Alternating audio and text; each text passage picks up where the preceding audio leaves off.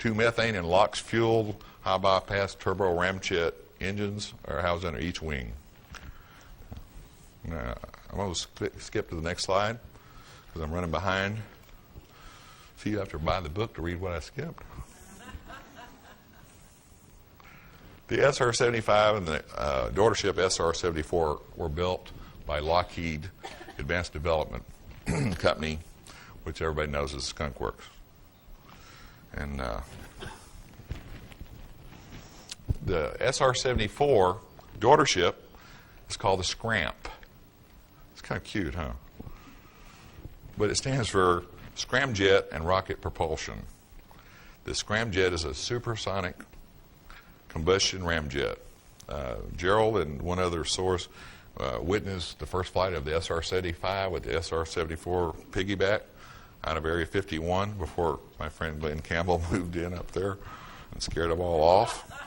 Shh. It was the sitting piggyback, the SR-75. And he said, I guess it was back as early as 1975 that he knew that they were developing the SR-75, which is pretty incredible. I guess it took them 12 or 13 years to get this thing flying right. So it must be some pretty good technology. The SR-74 can't take off from the ground. It has to be on top of the SR-75 above 100,000 feet altitude. Then it can attain orbital altitudes. The Scramp launches ferret satellites for the National Security Agency that weigh 2,000 pounds or less and measure 6 feet by 5 feet. But as you can imagine, the old satellites that were big as a van, you can pretty much now make one about the size of a briefcase. So you don't need booster rockets. The NASA Space Shuttle, I'm here to tell you, is really an antique by comparison. The joke is on us. If you think these rumors are far-fetched, look at the YB-49 and the XB-70, flown in 1948 and 1964, respectively. Now look at the SR-75, which has been spotted numerous times. You say the government can't keep a secret? Boy, you're wrong. There's new rumors from my sources that two new vehicles have been placed in permanent orbit. One of these vehicles is the Space Orbital Nuclear Service Intercept Vehicle, SUNCIV. When you hear it from another reliable source in 10 years, you'll remember this. It's codenamed Locust. The SR-74 and the TR-3B flying triangle can deliver spares, replacement units, service fuels, chemicals, and modules to the SUNCIV, or Locust. The robotic SUNCIV uses deliverables to service, calibrate, repair, and replace parts on the newer NSA, CIA, and NRO ferret satellites. And I know for a fact that they were developing a robotic repair of electronics equipment as far back as '81, because I worked a program to where they didn't want technicians looking at the equipment. Remember, I was in the forefront of automatic test equipment when they didn't even have a computer to automate anything with. Finally, I've saved the best for last. The operational model of the TR-3B. A friend of mine said he'd never forget the sight of the alien-looking TR-3B landing at Papoose, south of Groom. The pitch black triangular-shaped TR-3B is rarely mentioned, and then only in whispers. Next slide. The original TR-3B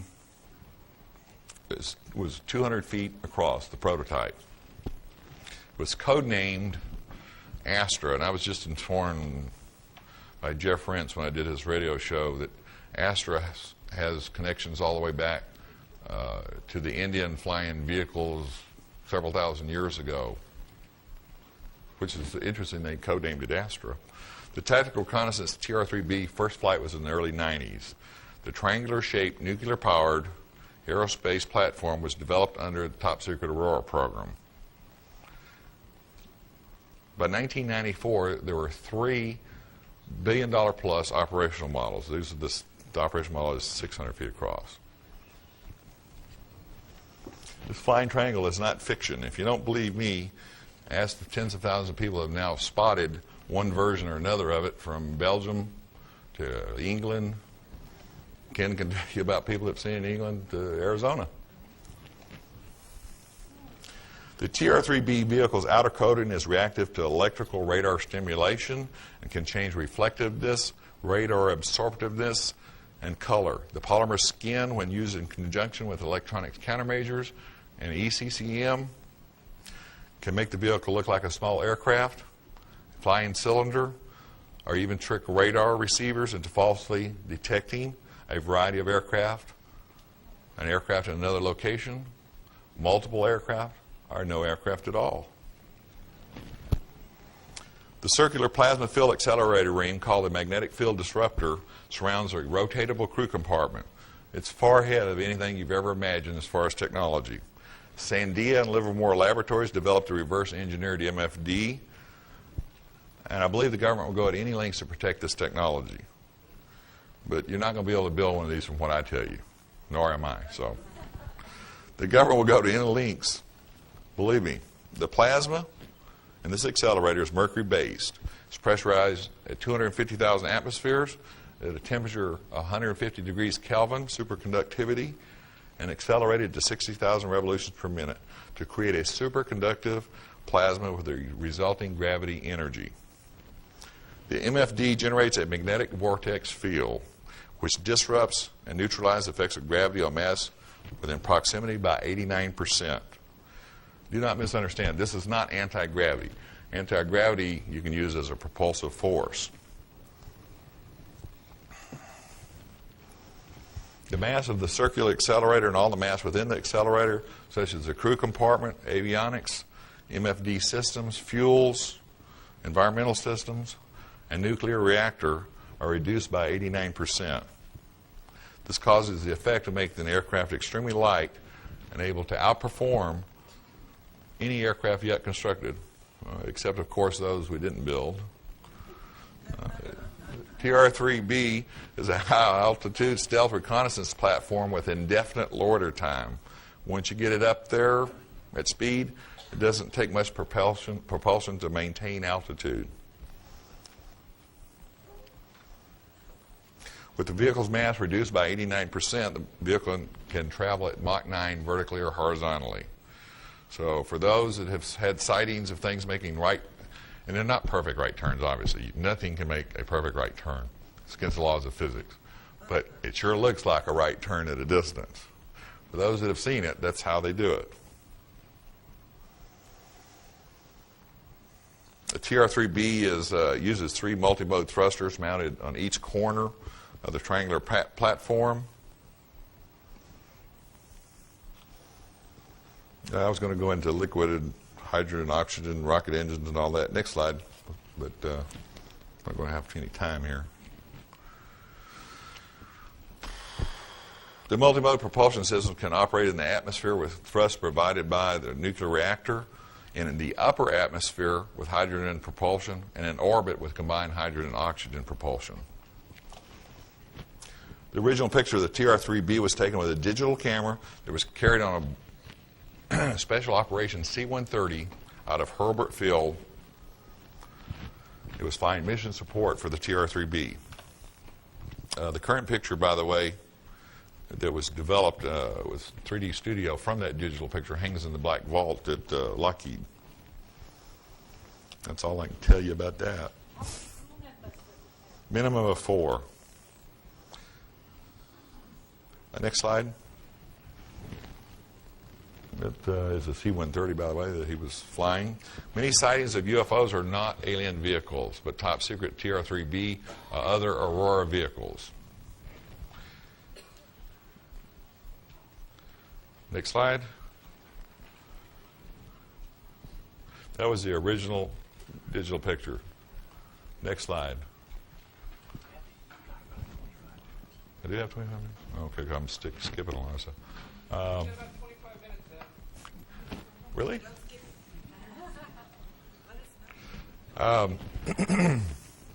There's a lot of confusion, like the Aurora program being an aircraft.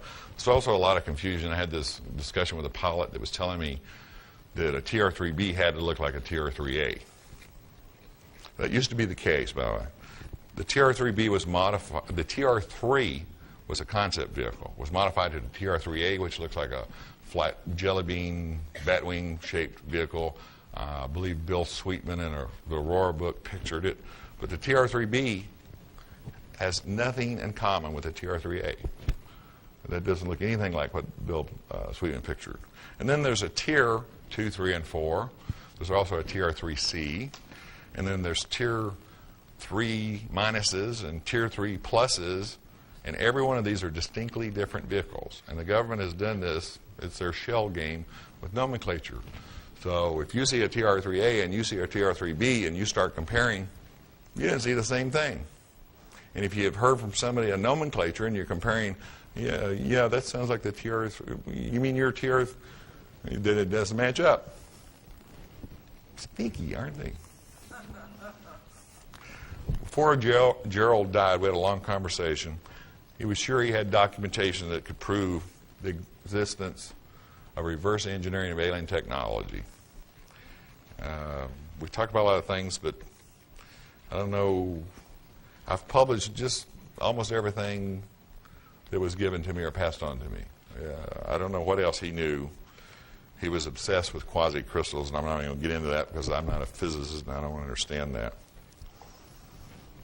I also believe that Colonel Corso, you like that picture? Whoever can really figure out what it really is, I'll buy you a Coke. You ever seen a convertible aircraft? Leave it there for a second. Can everybody see that?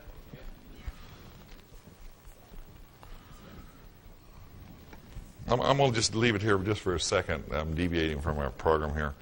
I received the MJ-12 documents from Dale, who I mentioned earlier is one of my 5 closest friends for over 20 years. In fact, Dale and I knew each other from our first trip to Vietnam in '69. His father now has been, before he retired, put in 30 years, almost 30 years with the NSA and transferred over as a military officer.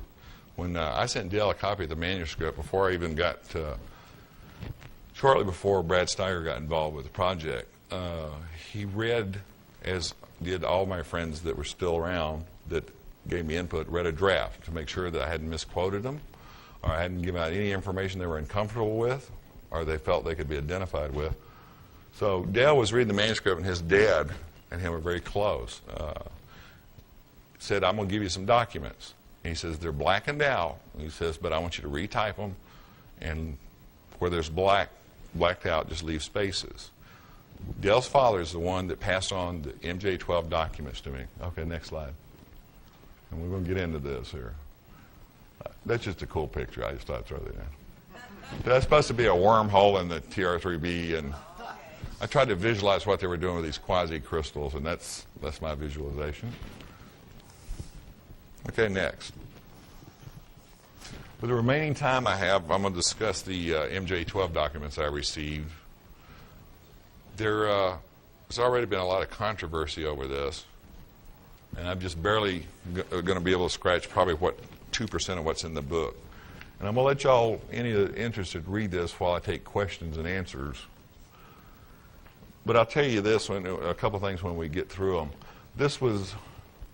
These documents I received, and by the way, I've copyrighted every government document I've got my hands on or information, because I want the government to come forward and say, we have a copyright to that. Yeah. So, I hope they do.